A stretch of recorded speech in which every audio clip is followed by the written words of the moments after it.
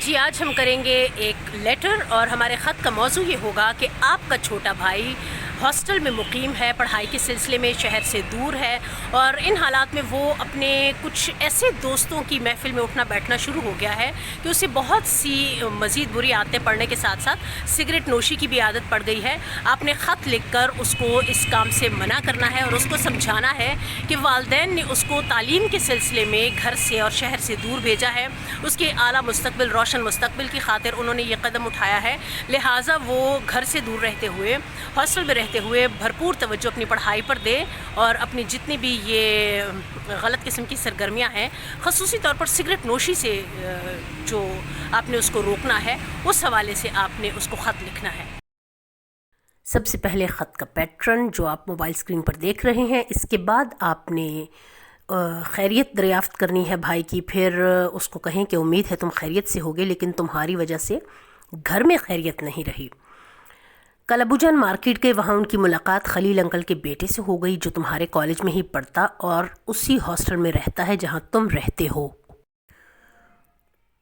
انہوں نے ابو کو بتایا کہ تم آج کل پڑھائی پر بالکل توجہ نہیں دیتے اور کچھ ایسے لڑکوں کے ساتھ دوستی ہے جو بلا کے سگریٹ نوش ہیں۔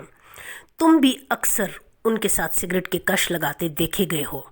بس پھر نہ پوچھو ابو کا کیا حال ہوا۔ جب وہ گھر آئے تو سخت غصے میں تھے، جس کی وجہ سے ان کا بلڈ پریشر ہائی ہو گیا اور فوری طور پر انہیں ہسپتال لے جانا پڑا۔ اس کے بعد آپ اپنے بھائی کو لکھیں کہ پیارے بھائی دیکھو، ابو جان کتنی مشکل سے اس مہنگائی کے زمانے میں ہماری دیکھ بھال کرتے ہیں، اپنی ہر خواہش اور آرزو کو ایک طرف رکھ کر ہماری خوشیوں کو مقدم رکھتے ہیں، لیکن تم کو احساس ہی نہیں۔ اب مجھے اندازہ ہوا کہ کچھ عرصے سے تم مسلسل تعلیمی اخراجات کی مد میں جو رقم منگواتے رہے ہو وہ تم اپنی انہی بیکار عیاشیوں میں ضائع کرتے رہے ہو۔ تم جانتے ہو امی جان نے باجی کی شادی کے لیے جتنے پیسے جمع کیے تھے وہ بھی تمہیں تعلیم دینے پر خرچ کر دیے۔ تمہیں بہترین ادارے میں تعلیم دلوانے کا مقصد یہ تھا کہ تم والدین کی خواہش پوری کرتے ہوئے سول سروسز کا امتحان دو، لیکن تم تو نہ صرف ان کی خوشیوں اور امنگوں کے قاتل ہو بلکہ تمہیں تو احساس ہی نہیں اپنی صحت کا بھی۔ تم اپنی صحت بھی تباہ کر رہے ہو۔ دیکھو، سگریٹ نوشی کے ذریعے تمہاری صحت تباہ ہو جائے گی۔ جب صحت نہیں ہوگی تو تعلیم کے خاک حاصل کرو گے، اور پڑھو گے لکھو گے نہیں تو زندگی میں کامیابی کیسے ملے گی؟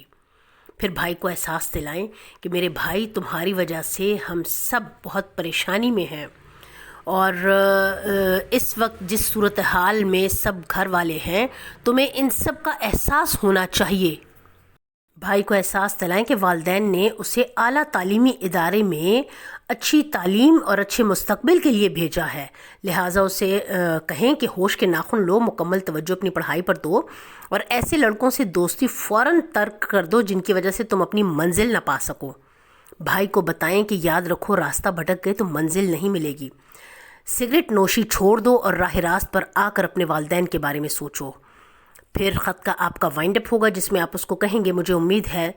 تم پر میری باتوں کا مثبت اثر ہوا ہوگا اور تم یقیناً پہلے کی طرح اپنی تعلیم کو سب سے پہلے رکھو گے اور والدین کا نام روشن کرنے کے خواب کو شرمندہ تعبیر کرنے کے لیے عملی طور پر کوئی قدم اٹھاؤ گے۔ پھر بھائی سے کہیے کہ وہ اپنا خیال رکھے اور جس قدر جلد ممکن ہو سکے چھٹیوں میں گھر جلد سے جلد آئے، اور آخر میں خط کا وہی وائنڈ اپ، والسلام، تمہارا بھائی، اور پھر اپنا نام لکھیے۔